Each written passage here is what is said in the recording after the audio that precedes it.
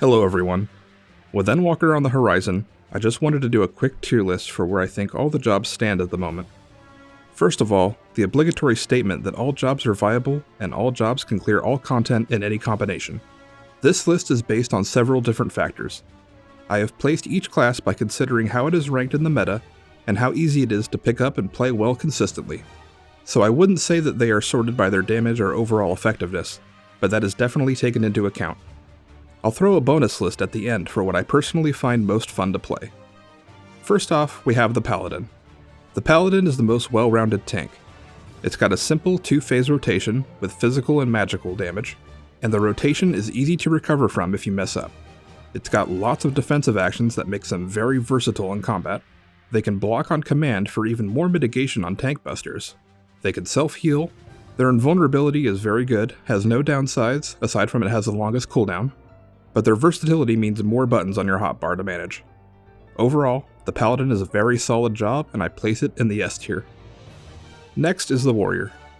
It's a good dungeon tank and a solid off tank. It has a conical AoE as opposed to the other job's full circle AoEs, so it can miss sometimes. It has a damage buff timer that it has to manage, but it's pretty easy to manage. It can self-sustain itself well and heal another party member with damage dealt while reducing their damage taken. It also has the best raid-wide damage mitigation ability with Shake It Off. Also with moves like Fell Cleave, it looks and sounds very satisfying. Their invulnerability home gang is just so-so, and sometimes it comes out too slow and you end up dying anyway. Their job gauge is only used for extra damage, and in the endgame, their materia needs are different, so that makes omni-tanking a chore. Overall, I'm placing them in the A tier. The Dark Knight is good at both dungeon and main tanking, but not very strong overall. It's kind of boring to play until level 62, where they unlock their blood gauge, but even after, their combo never really evolves past 1, 2, 3. It has the best mitigation tool in the Blackest Night, but it's a huge waste if the barrier isn't popped. It has the worst invulnerability skill, because it dies if 100% of its HP hasn't been recovered in 10 seconds. It has a targeted ground AoE that can take you out of your rotation, but at least it can be macroed. It has one of 2 magic damage reduction cooldowns, which was unique before Gunbreaker, but aside from that, all of their mitigation is selfish. Overall, the Dark Knight just doesn't stack up to the others, and I'm placing it in C tier. The Gunbreaker is somewhat good at both dungeon and raid tanking, but takes a little more damage than the other tanks. Their self-healing and barriers feel like they don't really do anything. However, they deal a good amount of damage. With buffs, dots, a normal combo, resource combo, and several OGCDs, they are very busy, very fun, and also rewarding, but also punishing if you slip up. Like Dark Knight, it has party-wide magic damage reduction, but also has a single target defensive cooldown for a party member. There's been reports of their invulnerability action getting them killed instead of dropping them to 1 HP like it's supposed to, but it's possibly latency related. While not a bad option by any means, I find Paladin and Warrior just a little bit better, so it's getting a B. If you wanted to omni-tank, this would probably switch places with Warrior, but I'm going under the assumption that we're comparing the jobs within the rules to each other at the same time. On to the melee DPS. Monk is the busiest job, with a large amount of actions, OGCDs, and their GCD is shortened by 20%. It has 3 forms with 3 actions each that correspond to their respective forms. Not necessarily 3 combos, but their actions are adaptive depending on which form you're in. It has 2 abilities that buff their damage, as well as a passive damage buff. Their chakra gauge is RNG based. They also have a 5% damage buff that they can grant to the party, as well as a 10% healing buff. It has an ability in addition to True North that ignores positionals to give you a little more flexibility. It has to maintain self buffs and cooldowns, weave in OGCDs, use the right actions while in the right forms, maintain a dot, react to the gauge and weave in the triggered OGCDs, all while dancing between rear and flank, or find a place for another OGCD to ignore their positionals. Overall, it's a very powerful and very satisfying class to play, so I'm sticking it in the A tier. Dragoon is a very simple but satisfying job to play with a little bit of everything. It's got self buffs, a dot to maintain, a party-wide critical rate buff, a targeted 5% damage buff to a party member. It's got cool flashy moves, but the jumps can get you killed, so keep that in mind when you time them.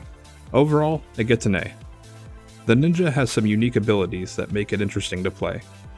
Ninjutsu has 3 buttons that change their effect depending on which order they're pressed in. It's got Trick Attack, a unique debuff that makes the enemy take 5% more damage as opposed to giving your party a buff. It also has a skill speed up ability, making them the second fastest job to play, and the second most busy. It has a learning curve, definitely, but it is one of the most fulfilling jobs to play well. Samurai is in between Dragoon and Ninja in difficulty, but has very high DPS. It has self-damage up and speed up buffs, but no raid buffs.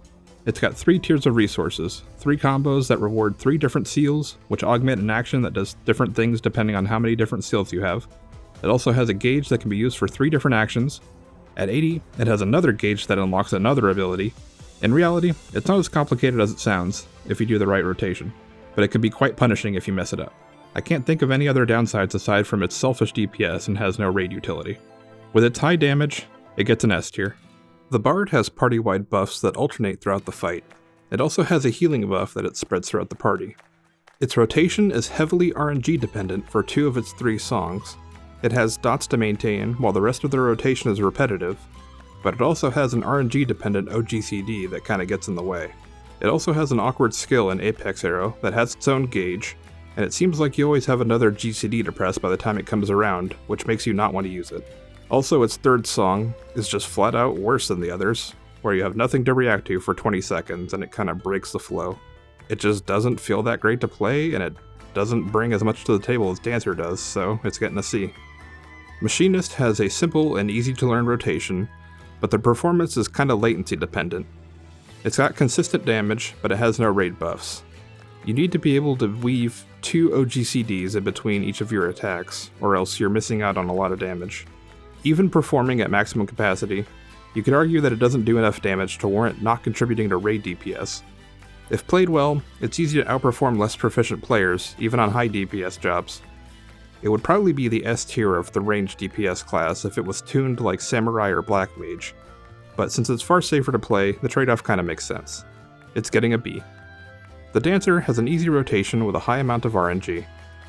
Everything has a 50% chance to proc. Its personal damage is nothing special, but its main draw is that the dances buff the party throughout the fight. It's got high mobility with its 3 dash charges, which makes it the safest ranged DPS option. The RNG is definitely its weakest aspect. With bad luck, you can get 0 fan procs in between dances, and that feels really bad, but overall, it brings enough to the table to earn its spot.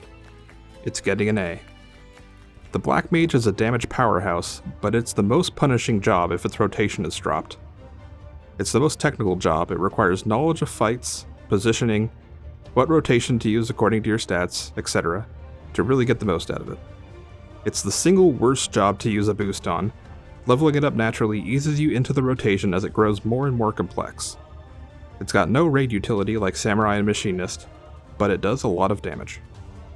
I may be a little biased as I don't play it that often, but with all that being said, it's very satisfying to play well. It's getting an A rank.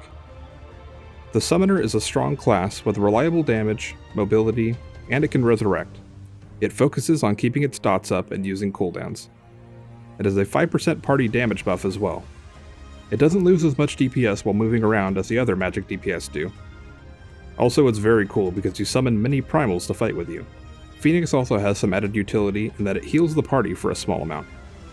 There are not a lot of downsides to Summoner aside from having to manage those dots, so it's getting an S tier. The Red Mage is the easiest of the magic jobs to get used to. It focuses on balancing white and black mana from spells you cast.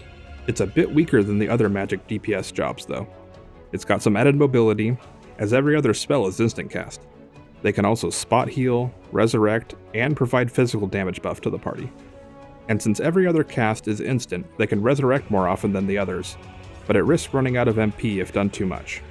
The other 2 magic DPS jobs are just objectively better, which is why this is sitting at B tier. The White Mage is objectively the best healer. It's got strong heals and MP management. Holy is great for dungeons, but it gets kinda boring. Glare spam can be boring as well, but that can be said for all the healers. It's got a wide variety of heals for any situation, including several instant heals and a barrier.